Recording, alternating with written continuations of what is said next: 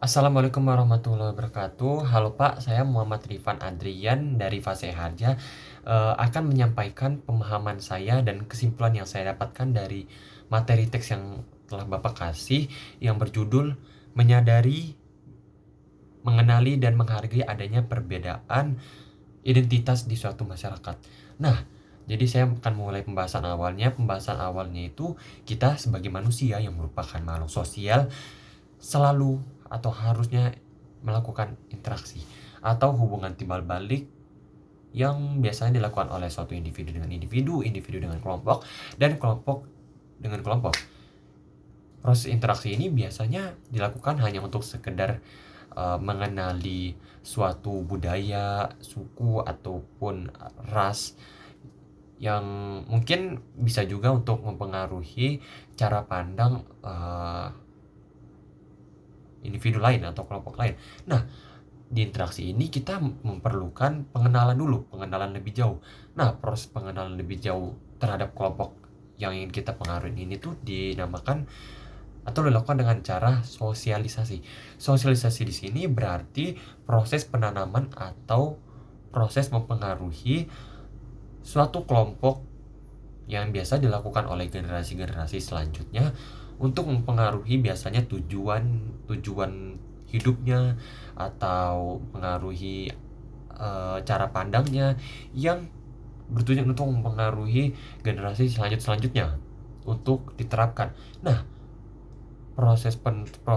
mempengaruhi ini pun tidak akan berjalan lancar karena pastinya ada satu masalah besar, yaitu masalah perbedaan persepsi setiap masyarakat. Proses perbedaan persepsi ini tuh pasti ada karena masih belum terdapat identitas suatu masyarakat. Kenapa ya sih emang kalau misalnya belum ada identitasnya? Jika tidak ada identitas masyarakat tersebut akan rawan dipengaruhi oleh masyarakat lain ataupun budaya-budaya lain. Yang itu pun sangat menghambat proses sosialisasi ini, dan solusi dan prinsip yang kita bisa terapkan untuk langkah awal yang bisa kita terapkan untuk masalah ini yaitu prinsip Bhinneka Tunggal Ika, yang artinya berbeda-beda tetapi satu jua.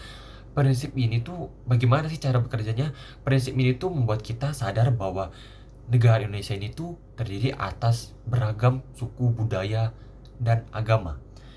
Yang mana kita harus menyadari kita tuh harus menghargai adanya perbedaan itu. Nah, kita langsung aja masuk.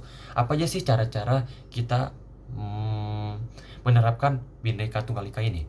Jadi cara kita menerapkan prinsip Bhinneka Tunggal Ika ini yaitu yang tadi, prinsip atau cara pertama itu kita harus menghargai adanya perbedaan suku, agama, dan ras. Kita tidak boleh beda-bedakan dengan cara kita harus berteman dengan suku ini atau kita mencemooh agama lain, kita mengolok-olok suku lain. Tidak boleh, kita harus menghargai adanya perbedaan dan menghormati perbedaan tersebut. Cara yang kedua itu kita harus bersikap sopan dan santun akan atau terhadap siapapun masyarakatnya dari berbagai suku, dari berbagai masyarakat. Kita harus selalu bersikap sopan. Cara yang ketiga itu kita harus selalu berbicara dengan sopan dan tidak berbicara keburukan orang lain, karena ini tuh pasti akan selalu kita sering lakukan jika kita tidak sadar adanya perbedaan identitas.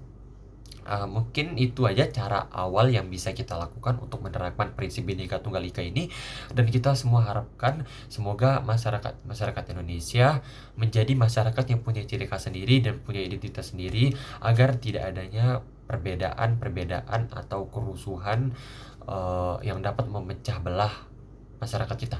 Akhir kata, saya Muhammad Rifan Adrian mengucapkan terima kasih.